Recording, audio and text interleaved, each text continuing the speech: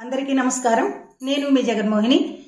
Telugu సౌరభాలు channel ద్వారా సహజ పండితుడైనటువంటి బమ్మెర పోతనామాచ్యునిచే రచించబడిన శ్రీమద్ ఆంధ్ర మహాభాగవతం అష్టమ స్కంధం గజేంద్ర మోక్ష కథాంశంలో 12వ విభాగానికి మీ అందరికీ పేరు పేరున స్వాగతం పలుకుతూ గజేంద్రుడు ఆ శ్రీ మహావిష్ణువుని మొరపెట్టుకుంటూ ఉన్నాడు. ఓ లక్ష్మీపతి, ఓ వరదుడా, శత్రువులను దూరం చేసేవాడా, మునీశ్వరులను కాపాడేవాడా, ఓ విమల ప్రభువా, నన్ను రక్షించవయ్యా, నన్ను కరుణించి కాపాడవయ్యా, నా గురించి కొంచెం ఆలోచించవయ్యా, పట్టు తప్పిపోతోందయ్యా, బలం లేదయ్యా, ఈ మొసలితో పోరాడలేకపోతున్నానయ్యా అని ఆర్తితోటి ప్రార్థించేటప్పటికీ ఆ సమయంలో శ్రీ మహావిష్ణువు ఎక్కడున్నాడట?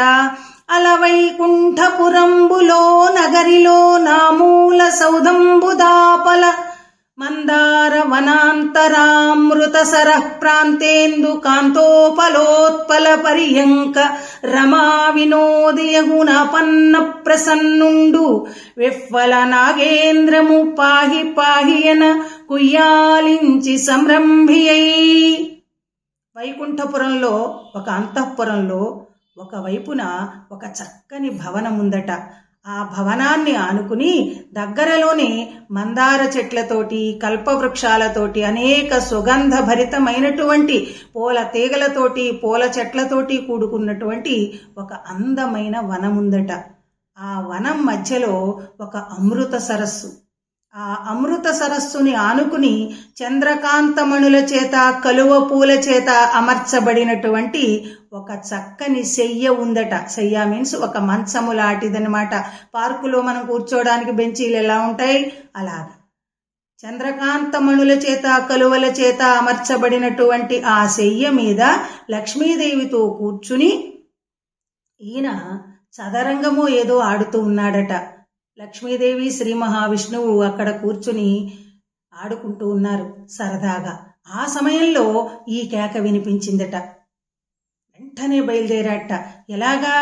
సిరికింజెప్పడు శంఖ చక్రయుగముంజేదోయి సంధింపడే పరివారం బుంజీరడు అభ్రగపతిన్ మన్నింపడాకర్ణికాంతరథం మిల్లముజక్కనొత్తడు వివాద ప్రోత్థిత శ్రీ కుచోపరిచేలాంచలమైన వీడడు గజ ప్రాణావనోత్సాహి అయి. ఏనుగు ప్రాణాలు కాపాడాలి అనేటటువంటి ఆత్రంతో బయలుదేరినటువంటి శ్రీ మహావిష్ణువు లక్ష్మీదేవికి కూడా ఏమీ చెప్పలేదుట. వెంటనే బయలుదేరేశాడు. శంఖు చక్రాలను కూడా రమ్మని పిలవలేదు. ఆ రెండు చేత ధరించకుండానే వెళ్ళిపోతున్నాడు. గరుత్మంతుణ్ణి పిలవలేదు. ఇలా వెళ్ళిపోతున్నప్పుడు ఆయన జుట్టు, ఆ గిరజాల జుట్టు ఈ చెవుల మీద పడిపోయి ఇదంతా చిందరవందరగా అయిపోయినా కూడా ఆ జుట్టును కూడా ఆకర్ణికాంతర ధమ్మిల్లము చక్కనొత్తాడు. చెవుల మీదుగా పడిపోతున్న జుట్టును కూడా సరిదిద్దుకోవట్లేదుట. వివాద ప్రోద్ధిత ఏదో వాదులాట జరుగుతోందిట. ఆ సమయంలో లక్ష్మీదేవికిని శ్రీ మహావిష్ణువుకిని చిన్న చిలిపి గొడవనమాట. ఆట గురించి ఏదో ఇద్దరు వాదోపవాదాలు పడుతూ ఉన్నారు. అదే సమయంలో ఈ కేక వినిపించింది. ఆ సమయంలో లక్ష్మీదేవి యొక్క పైట చెంగు శ్రీ మహావిష్ణువు చేతిలో ఉండిపోయిందట. అందుచేత వివాద ప్రోద్ధిత స్త్రీ కుచోపరిచేలాంచలమైన వీడడు. ఆ చేతిలో ఉన్న లక్ష్మీదేవి పైట చెంగును కూడా విడిచిపెట్టకుండానే వెళ్ళిపోతూ ఉన్నాడట. మరప్పుడు లక్ష్మీదేవి పరిస్థితి ఏమిటి, మిగిలిన ఆయుధాలన్నీ ఏం చేశాయి మొదలైనటువంటి విషయాల్ని మరొక విభాగంలో మనం తెలుసుకుందాం.